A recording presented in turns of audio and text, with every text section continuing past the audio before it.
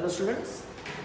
In previous lectures of transporting plants, that is plant-water relation, initially we discussed how plants depends upon water for carrying out its various metabolic processes. We have seen what is importance of water, we have discussed what are characters of water. Then we studied certain properties like osmosis, types of osmosis, and also we discussed plasmolysis. Same like osmosis, we are further also going to study various different mechanisms like diffusion, turgor pressure, then DPD, various different concepts we are going to discuss along with the course of time. In today's lecture, we are going to start the journey of water from soil to plant. And as we all know, the main organ of plant which is responsible for absorption of water is root. If you take any plant, suppose this is a plant, any plant, soil level, above all trees, branches, leaves will be there. Below the soil level, plant has leaf, root has branches and all. We know the water is present in the soil. Let's see in which type of water. Plant absorbs capillary water. Suppose water is present here, these roots will be initially absorbing this water and the journey of water in the plants will start from root. Then it will go to each and every part, to stem, to leaf, that journey we are going to discuss. So initially we know roots are responsible to absorb the water from the soil. And what is root? This part of roots, its structure, its anatomical structure, its morphological structure, we are going to study in detail in chapter morphology of plants. Here we are going to discuss which things are necessary for us. See, root is a primary organ of plant present in the soil. And this primary organ, it performs a primary function. What are two main primary functions of roots? First function is absorption of water along with minerals. Second function is it fixes the plant in the soil. So the main functions of root are it absorbs water and it fixes the plant.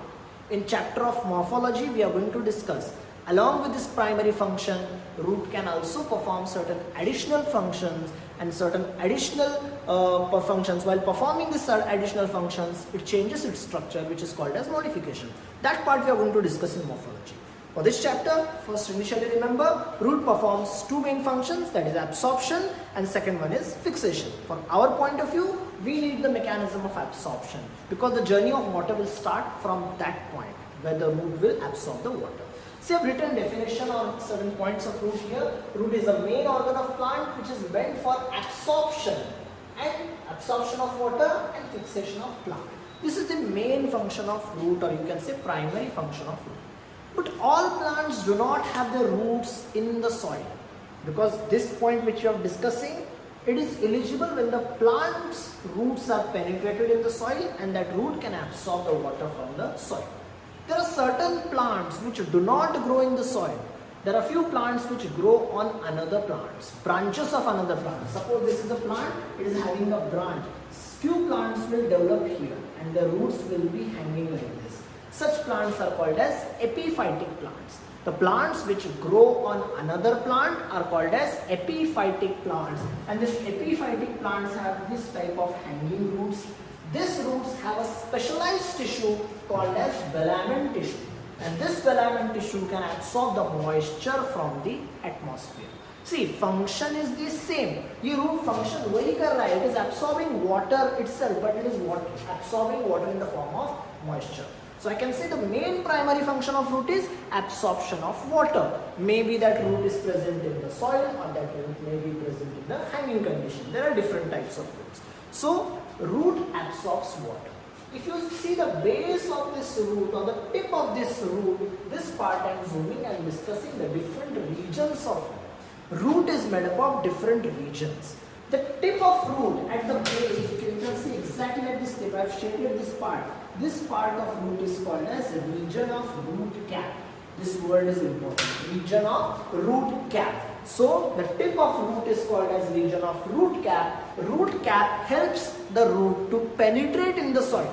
Suppose this is soil level and this root has this root cap. This root cap easily can penetrate. Now suppose my finger is root cap. The tip of my finger is root cap.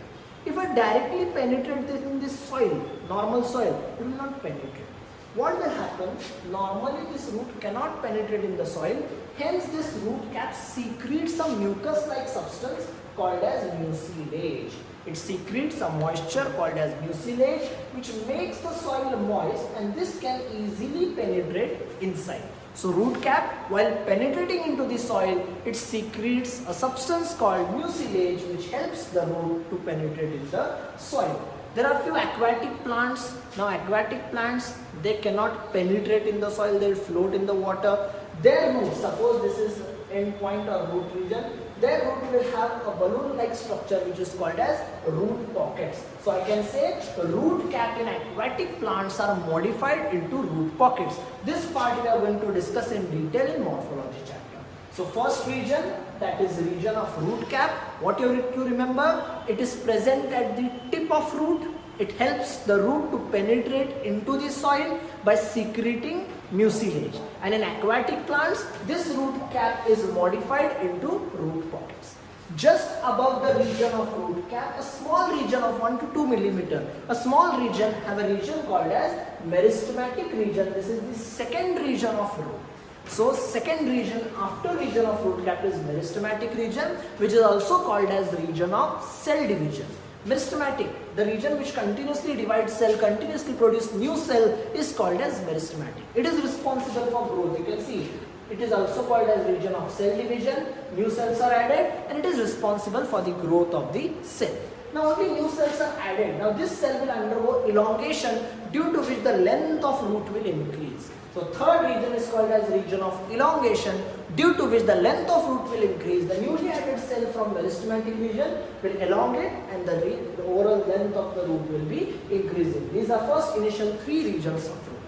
Fourth region is important. Fourth region is called as region of absorption, or it is also called as region of root hair.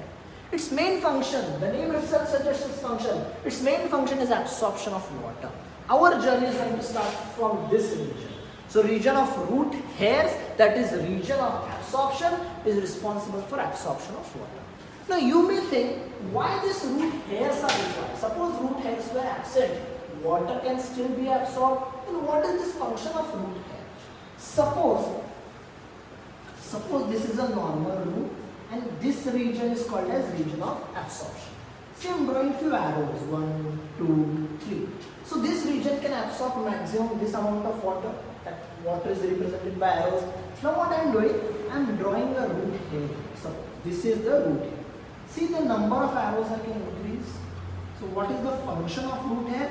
You may understand due to this. The function of root hair to increase the surface area of absorption.